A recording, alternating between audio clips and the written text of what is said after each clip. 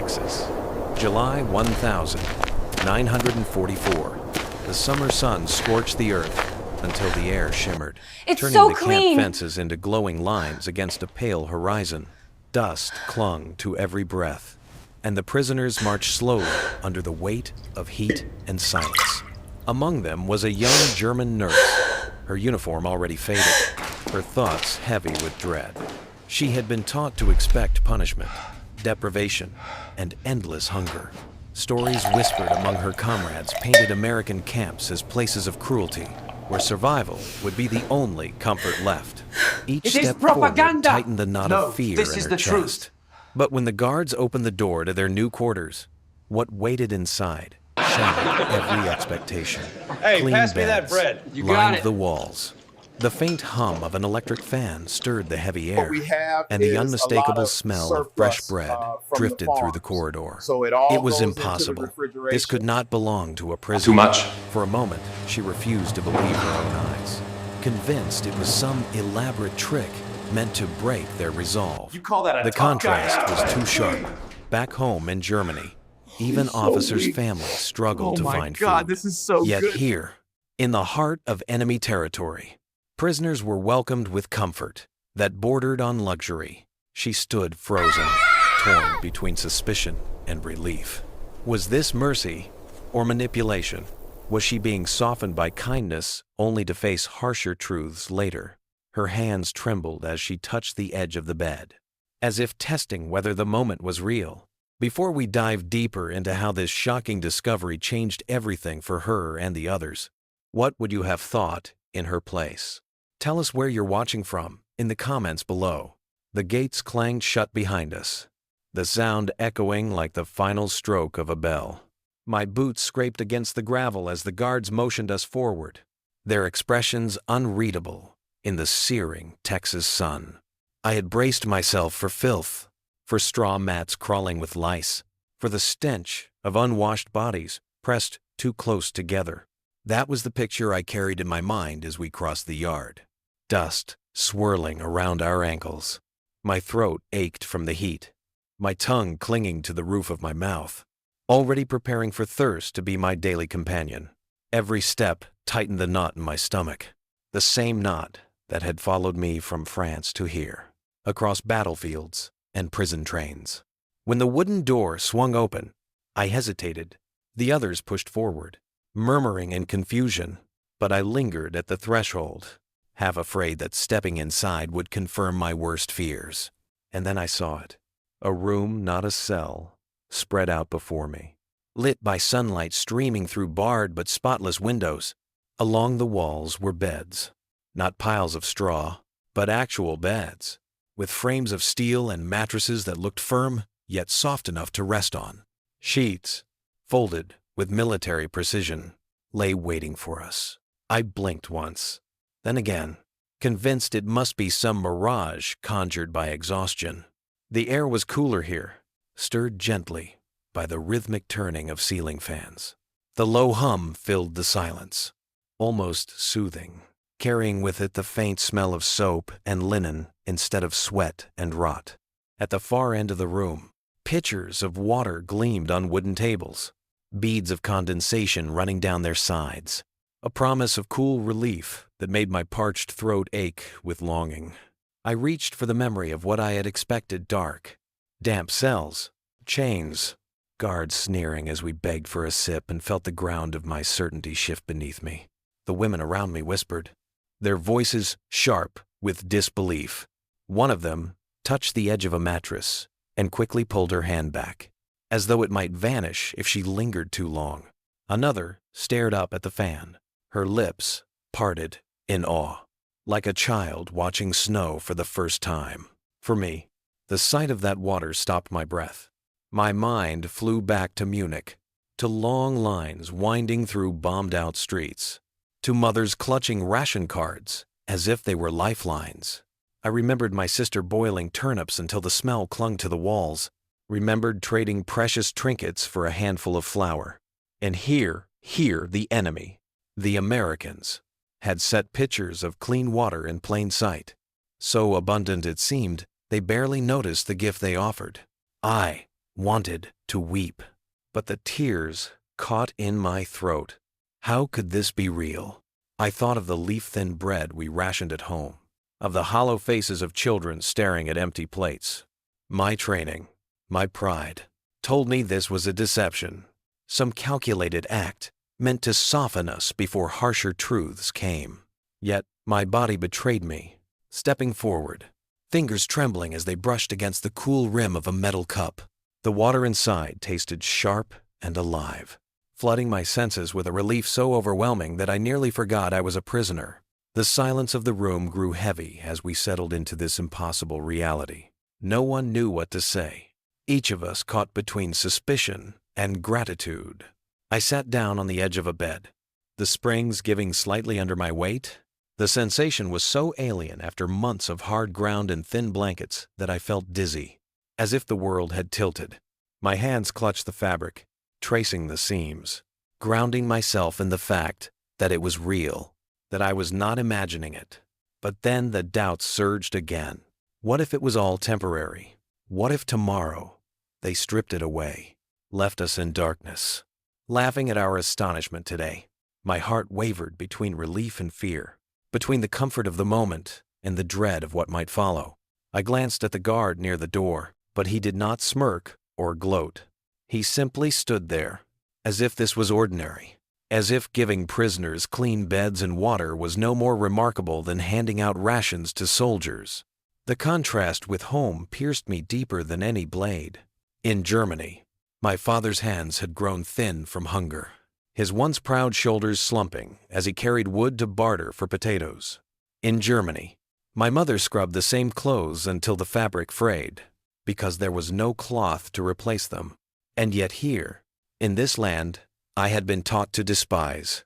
Abundance was so normal that even their enemies, women who had worn the uniform of the Reich, were given more than German civilians could dream of. I pressed my palms together, hiding my trembling fingers, and closed my eyes. The fan's steady whir whispered above me, a sound both foreign and comforting. I tried to summon anger, the certainty that this was all a cruel game. But when I opened my eyes, the sheets still shone white. The water still glistened in the pitcher. The bed still held me upright instead of spitting me out onto a cold floor. My certainty dissolved, leaving only a question that burned deeper than thirst. What if everything I had believed about them was wrong? The room grew quiet except for the hum of the fans and the uneven breaths of women trying to hide their emotions.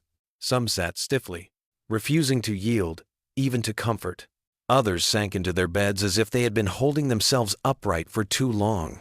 I found myself caught in the middle, torn between pride and surrender, suspicion and gratitude. It was the strangest battlefield I had ever known. One fought not with bullets, but with clean sheets and cold water. That night, as I lay awake, staring at the ceiling, I listened to the soft turning of the fan and the slow rhythm of women breathing in sleep. My own eyes would not close. Each time I drifted, memories of hunger clawed me back awake, as though my body could not accept the possibility of rest. And yet, beneath the weight of doubt, a fragile seed of wonder took root. What kind of enemy gave their prisoners beds? What kind of nation considered clean water a simple courtesy rather than a luxury? I did not know the answers then, but as the shadows stretched across the walls and the first cool breeze of dawn slipped through the barred window, I felt something I had not felt in years. Not safety, not yet, but the faintest trace of hope, tangled with confusion, trembling inside me, like a flame too small to name. The morning after our first night in the barracks, when the memory of clean sheets still felt like a dream stitched together from scraps of longing, the guards called us to line up again. The heat was already thick, pressing against our skin. But something about the way the sergeant's voice carried held no menace. He simply gestured for us to follow. Whispers darted among us like restless birds. Where were they taking us? My chest tightened. Part of me braced for the truth to reveal itself, for the illusion of comfort to be torn away. Yet, as we marched across the yard, the guards seemed almost indifferent, as if this was just another routine. I clung to my doubts, clutching them like armor. But my pulse betrayed me, quickening with a strange anticipation I couldn't name. They led us to a low building with no windows, only a heavy metal door. The air around it felt different, cooler somehow, and when the door groaned open, a rush of chilled air washed over my face. It startled me, prickling my skin like the memory of winter. We stepped inside, hesitantly, the cement floor smooth beneath our boots, and I felt the weight of silence settle as all of us stopped in unison. Before us stretched shelves lined with crates and boxes. But it wasn't the orderliness that froze me. It was the abundance. Meat, wrapped and glistening, stacked as though scarcity had never existed. Bright vegetables, their colors vivid even under the stark light. And milk rows of bottles standing upright. Beads of condensation clinging to the glass like jewels.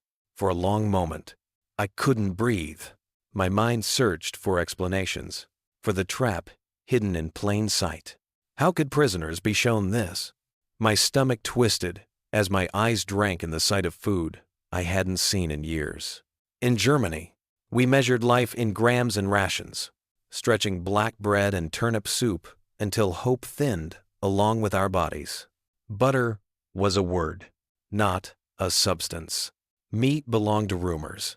And milk was the dream of children, a ghost of childhood mornings long before the war, when my mother would pour it into a chipped enamel cup and press it into my hands.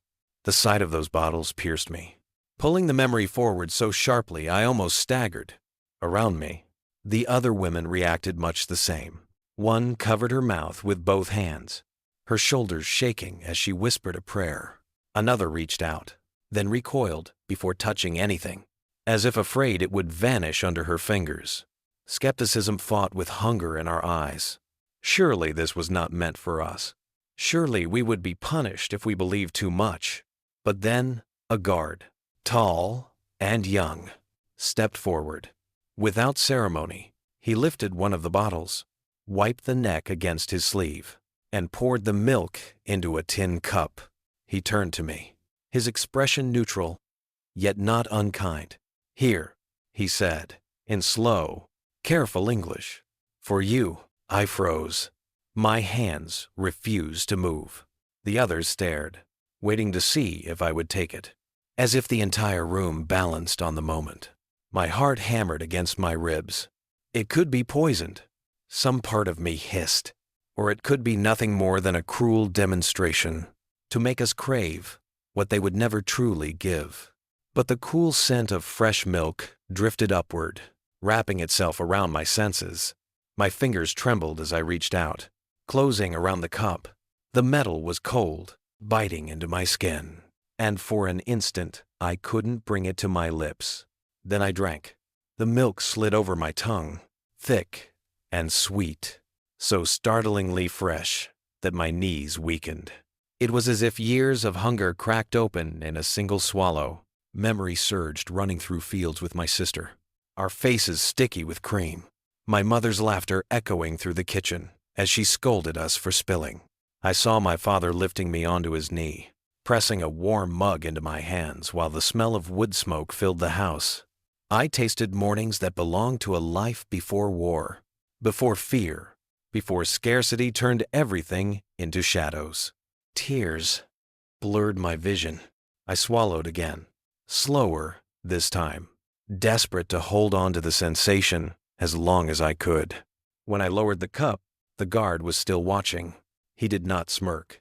He did not mock. He simply nodded, as though what had just happened was unremarkable. That nod undid me more than the milk itself. To him, this was ordinary. To me, it was the rarest of luxuries, the very definition of abundance. The women pressed closer, murmuring in disbelief, and soon others were offered the same. Lips touched cups hesitantly, then lingered, eyes closing in wonder as the taste of forgotten childhoods filled their mouths. One of them sobbed openly, clutching the cup like salvation. I stood in the cold room, surrounded by food, holding an empty tin cup that still carried the ghost of milk along its rim, and my thoughts tumbled. If they could spare this for us, what must life be like for their own families? Did American children drink this every morning without question? Did they know the sweetness they swallowed was impossible for German children to even imagine now? The gulf between our worlds yawned wider with every breath I took, and the certainty I had carried about our enemy cracked like fragile glass. The others spoke in hushed voices, disbelief threading through every word.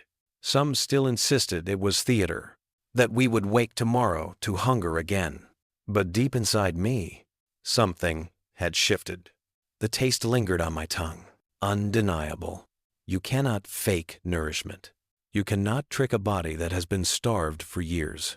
My suspicion remained, clinging stubbornly, but it was weaker now, drowned beneath the memory of milk cooling my throat. As we left the storeroom, stepping back into the Texas heat, the contrast struck me like a blow. Outside, the sun burned mercilessly. Yet inside that building was a world of plenty, guarded casually, as if it were the most natural thing. My hands still trembled, not from fear, but from the shock of abundance.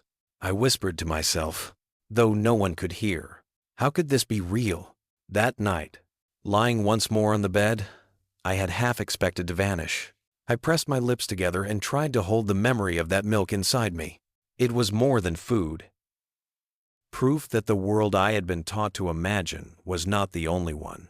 Proof that the enemy's strength was not cruelty, but the terrifying ease with which they could be generous. That night, the barracks hummed with restless whispers. The women could not sleep, their voices weaving in and out of the dark, like threads pulling at my own unsettled thoughts. Some spoke with awe, still clutching the memory of clean sheets, fans turning above, the taste of cold milk heavy on their tongues. Others hissed with suspicion, their words sharp as broken glass. It is propaganda, one insisted, her jaw clenched, eyes glinting with the pride of defiance. They want us to believe they are generous, to weaken us. Tomorrow, it will be gone, and we will look like fools for believing. Another shook her head, softer, almost pleading. No trick tastes like that. No illusion fills your stomach. I lay on my bed, staring at the ceiling, the debate echoing in my heart as much as in the room. Each word struck me because I carried both truths within me. I wanted to believe what I had seen and touched. The cool rim of the cup still imprinted against my palms, the sweetness of milk still haunting my throat. Yet a part of me clung to suspicion as if it were the last protection I had left. What if it was only a performance? What if they showed us abundance just to watch hope bloom and then tear it away? I had seen cruelty in war. I had witnessed men laugh at another's pain. Could I really trust that this was different? The room swayed between hope and disbelief. Some women wrapped themselves in sheets as though claiming the gift while it lasted, whispering prayers of thanks. Others sat rigid, refusing to touch the comforts, determined not to be tricked. I drifted between them, neither side claiming me fully. My mind kept circling back to home, to my sister standing in endless ration lines, to children crying from hunger. The image collided with the shelves of food I had seen, the pitchers of milk offered so casually. Could two realities so opposite exist side by side? The next day, the tension followed us. When the guards led us across the yard, I saw the way the women glanced at each other, suspicion pulling their shoulders tight. Some muttered that today the truth would be revealed, that the Americans had played their game long enough. My stomach knotted as if preparing for disappointment, as though bracing for the ground to be pulled out beneath me. But what we found shattered that expectation. In the recreation hall, American soldiers lounged at tables, plates before them heavy, with the same food we had been given: meat, bread, even fruit. They ate without hesitation, laughing, playing cards, the air filled with the easy sound of swing music from a radio. There was no performance here, no staged illusion meant for our eyes. They did not glance at us, did not flaunt their meals or guard them jealously. They ate as though abundance was their birthright. So normal, it required no explanation. I felt my breath catch. If this was theater, it was played too well, too carelessly. You cannot fake ease. Cannot pretend to treat food as ordinary if it is not. Watching them bite into apples, watching juice run down their fingers as they wiped it away without thought, I felt something inside me shift. These were not props meant to deceive. This was their life, as simple to them as air. The women around me fell silent. Even the fiercest doubters struck still by the sight. I heard someone whisper, "It's real." The words, trembling, half disbelief, half surrender. And I, standing there with the memory of milk still soft in my mouth, knew that my fight was no longer against them, or even against the guards. It was inside myself, between the pride that told me never to yield and the truth that begged me to see. I closed my eyes, just for a moment, and let the sound of American laughter wash over me. It was not cruel. It was not staged. It was simply life. And in that realization, I felt the fragile wall of suspicion begin to crack. The day they told me I would work in the kitchen, I thought at first it was another test. My heart hammered with suspicion as the guard called my name and gestured for me to step forward. Work, they said. Help prepare meals. I followed in silence. Every instinct braced for humiliation or hidden cruelty. Yet when the door swung open, the sharp scent of flour and sugar greeted me, and I stood frozen on the threshold of a world I had never imagined. Stainless steel gleamed under bright lamps, and the hum of machinery filled the air with steady, powerful rhythm. Men in white aprons moved with casual efficiency, stirring, chopping, tending to ovens that glowed with warmth. And at the center of it all stood a massive machine, taller than me, its metal sides vibrating softly. Steam curled from its vents, and the air around it carried the unmistakable chill of ice. I stepped closer, almost against my will, drawn by the strange whirring sound. The American cook, a broad-shouldered man with kind eyes, noticed my curiosity. "Ice cream," he said, in deliberate English, pointing at the machine. He saw my frown and added with a small smile, "We make it here, fresh." I could only stare, my mouth dry. In Germany, ice cream had become nothing more than memory, a story whispered to children too young to remember it themselves. And here, in a prisoner's kitchen, they spoke of it as if it were bread or water, something so ordinary it required no explanation. The cook motioned for me to join him. "Come," he said, slower this time, as if to coax me forward. I obeyed, unsure if my legs moved from fear or wonder. He lifted the lid, and a blast of cold air escaped, kissing my face, making me shiver despite the heat outside. Inside, a pale mixture churned, thickening into something I could hardly comprehend. "Milk, sugar, cream," he explained, pointing to the neat rows of ingredients on the shelf. "All local. Farms send more than we need. Always more." His tone was matter of fact, but his words struck me like a hammer. More than they needed. In Germany, we measured every spoonful, stretched every crumb. Children cried for bread, and mothers sold heirlooms for a single egg. Yet here, this man spoke of surplus as casually as one might speak of the weather. I swallowed hard, memories colliding with the present. My sister's hollow cheeks, the smell of scorched turnip soup, the black market deals, whispered in alleys, all of it rose before me. And then, beside those memories, the sight of this machine, effortlessly creating what my people had not tasted since before the war. My chest ached with something I could not name. The cook poured the mixture into metal trays, sliding them into the freezing chamber. "Transportation," he continued, as though lecturing a student. "Trucks with cold storage. Ice from one side of the country to the other. Nothing spoils. Nothing wasted." He looked at me, waiting for the words to sink in. And they did, deeper than I wanted to admit. My world had been ration books and scarcity, standing in lines that stretched for hours only to receive crumbs. I had been told America was weak, decadent, incapable of discipline. But here, in this kitchen, I saw strength that did not roar with weapons, but hummed steadily in machines, in abundance, in the terrifying ease with which they could share what they had. I touched the side of the machine, the metal cold, under my fingers. My reflection wavered in its surface, pale and uncertain. Too much. I whispered in my own language, the words slipping out before I could stop them. The cook tilted his head, then nodded, as if he understood. Yes, he said softly, too much food. Sometimes we don't know what to do with it all. His words were not boastful. They carried no cruelty. They were simply truth, and that truth frightened me more than any weapon I had faced. As the day wore on, I learned to measure ingredients, to stir, to clean the counters until they gleamed. The other prisoners worked beside me, their expressions shifting from guarded suspicion to something like awe. We were treated not as enemies, but as apprentices. Instructions were given patiently, mistakes corrected without punishment. I listened to the cook describe his brother's dairy farm in Wisconsin, producing milk by the gallon, so much that markets sometimes could not keep up.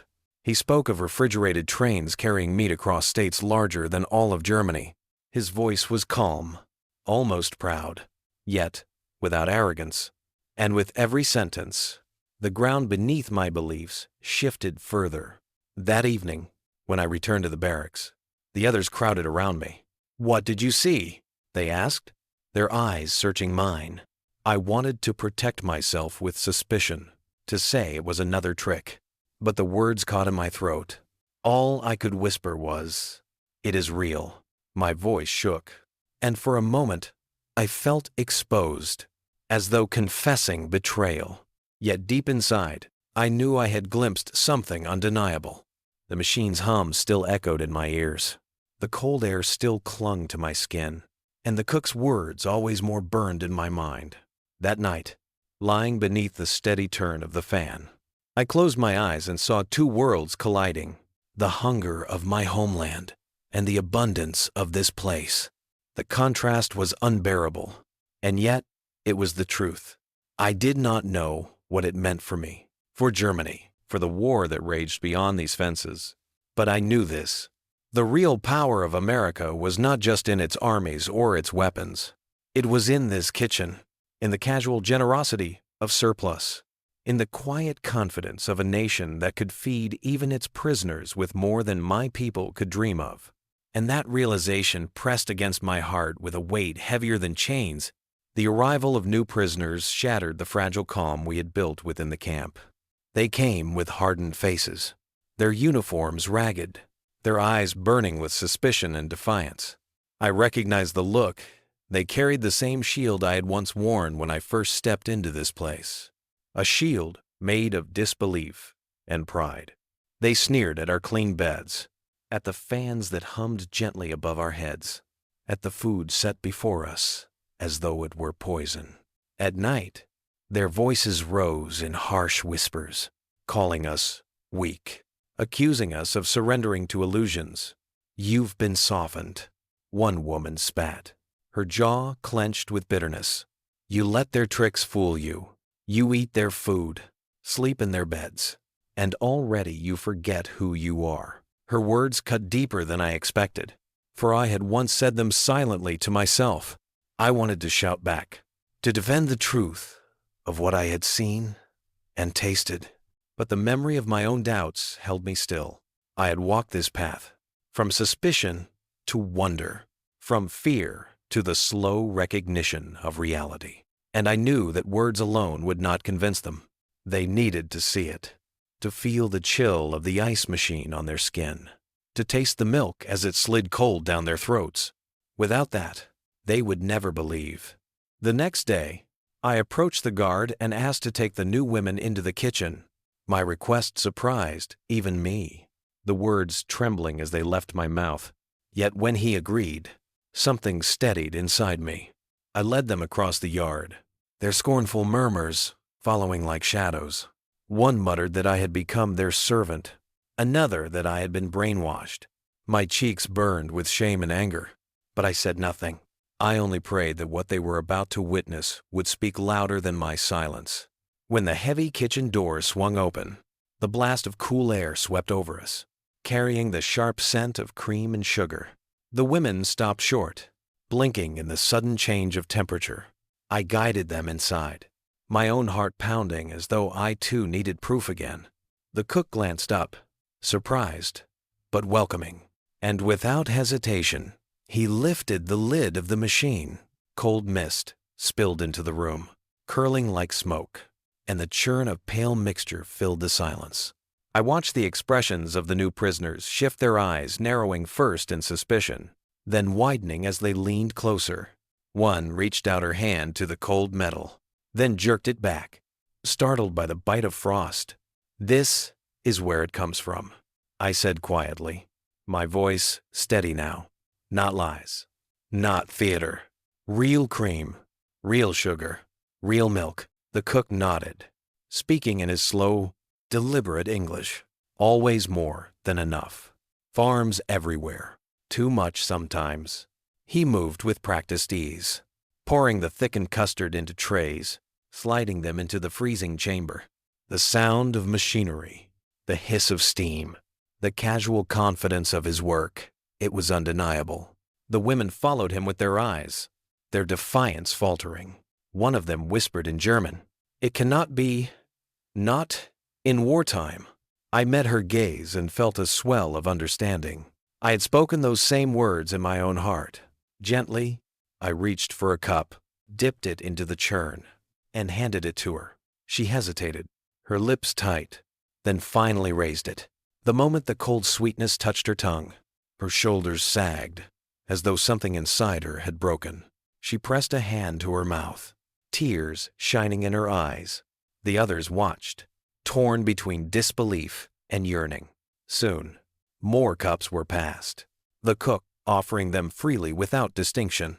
One by one, they tasted, and with each swallow, the wall of suspicion crumbled further. I saw it in their faces, the astonishment, the memories awakening, the fragile joy they tried to hide. A silence fell over the room, not of resistance, but of surrender to the undeniable. For the first time since their arrival, the new prisoners looked at me, not with scorn, but with something closer to recognition. They understood now what words could not have taught them, that abundance here was not an illusion, that generosity flowed as easily as the cold milk pouring into their cups. Their defiance softened, replaced by a weary awe. One of them whispered, almost to herself, "If they can spare this for us, what do they give their own?" As we left the kitchen, the sun pressed down once more, hot and merciless. Yet the women walked differently now, slower, quieter, their eyes distant, as if replaying the moment, over and over. I felt no triumph, only relief. They had seen what I had seen, touched what I had touched. The truth had reached them, not by argument, but by the taste of sweetness that no lie could counterfeit. That night, when we gathered in the barracks, the air was different. The new women no longer accused us of weakness. They sat silently, still processing what they had witnessed. And I recognized the same storm of emotions that had once raged within me: fear, wonder, disbelief, and the faintest spark of hope. I lay awake, listening to the steady hum of the fan, and realized that our faith in what we had found here was no longer fragile. It had been tested, and though shaken, it had endured. When they told me I was to leave the camp gates and work in a town clinic, my knees nearly gave out beneath me. I had braced myself for humiliation, for another layer of testing, convinced they would not truly let a prisoner walk among their civilians. Yet the papers were signed, the uniform pressed into my hands, and a guard with kind eyes explained, "You were a nurse before." Yes, they need help in town.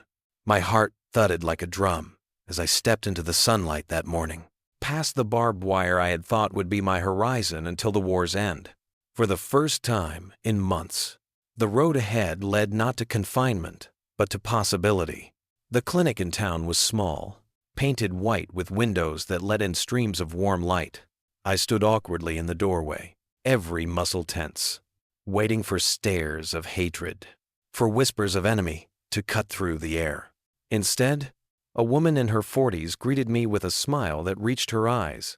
"You must be Clara," she said gently, pronouncing my name as though it belonged. "We've been told you know how to tend wounds, how to care for the sick.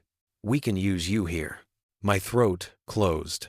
I nodded, unable to find words in either German or halting English.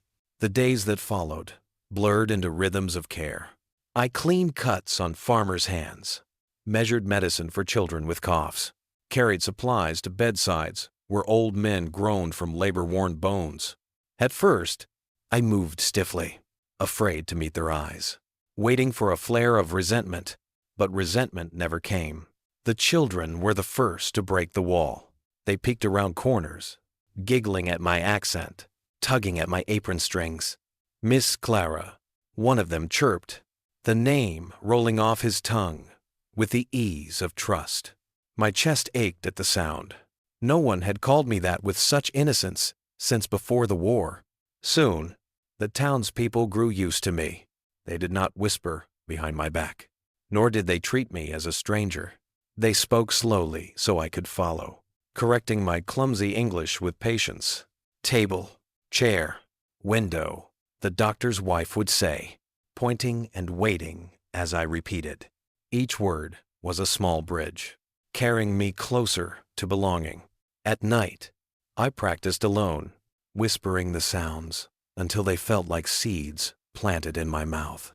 The first time, they handed me wages, folded neatly in an envelope. I stared at it as if it were some forbidden object. "For your work," the doctor explained. Matter of fact, my hands shook as I accepted it. A prisoner being paid. It was unthinkable. Yet here I was, earning something honest, something that could not be taken from me. With those dollars, I bought a ribbon for a little girl who had given me an apple. And when she hugged me with a smile brighter than the sun, I felt my chest break open with a tenderness I had forgotten I could feel. The weeks became months, and each day softened me further into their world. I laughed when the children mispronounced German words I tried to teach them. I shared stories of my mother's garden, and in return, they told me about fields of wheat stretching beyond sight.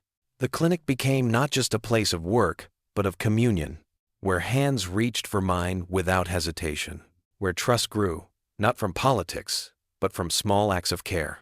At times, I would pause, remembering the girl who had first stepped through camp gates trembling, clutching suspicion like a shield.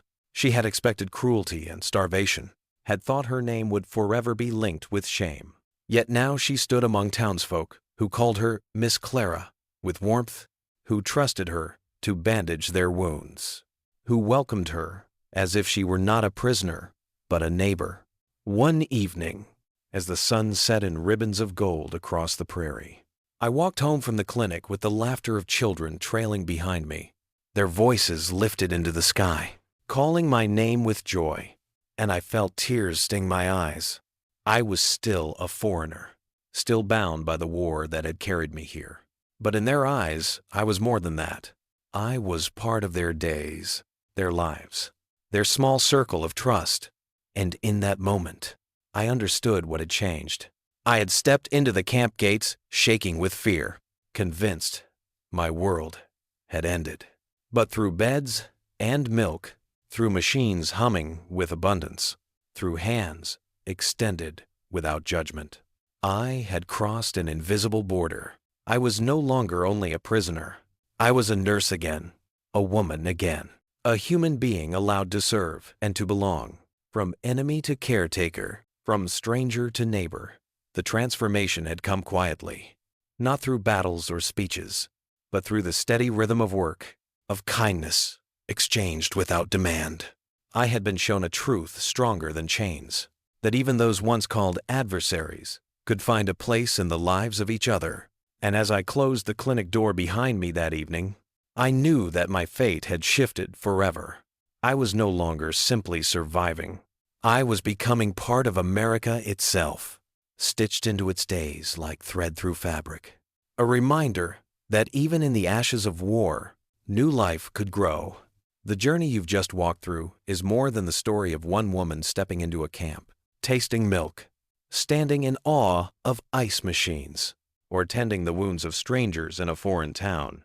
It is a mirror held up to history, revealing how the sharp lines of war can blur in the face of human generosity, how an enemy can become a nurse, a neighbor, even a friend. What began as fear and suspicion ended in transformation. And that transformation was not born of propaganda or illusion, but of daily truths, clean water, shared food, the hum of machines that symbolized abundance, and the laughter of children who knew no enemies. From the first trembling steps into the barracks to the final embrace of a new community, the arc of her life reminds us that history is not only about battles fought and lost, but also about the quiet victories of compassion. Think about it.